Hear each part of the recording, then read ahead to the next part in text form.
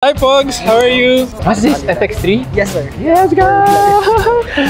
It's FX3, my G. Yeah. Using it for this.